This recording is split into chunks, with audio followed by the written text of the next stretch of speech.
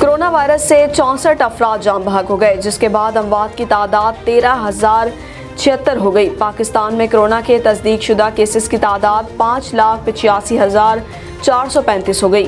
National command and operation centre के ताज़ा तरीन आदाद-ओ-शुमार के मुताबिक गुज़िश्ता 24 घंटों के दौरान 1,519 नए केसेस रिपोर्ट हुए।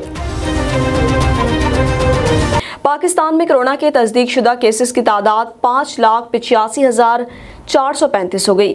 National command and operation centre के ताज़ा तरीन आदाद-ओ-शुमार के मुताबिक गुज़िश्ता 24 घंटों के दौरान 1,519 नए केसेस रिपोर्ट हुए।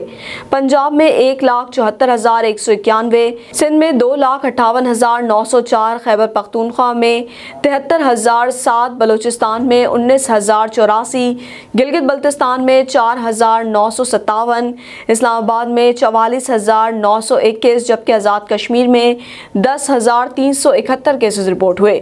मुल्क भर में अब तक 90,97,413 अफराद के टेस्ट किए गए। गुज़िश्ता 24 घंटों के दौरान 40,473 नए टेस्ट किए गए। अब तक 5,55,242 मरीज सेहतयाब हो चुके, जबकि 1,559 मरीजों की हालत तशवीशनाक है।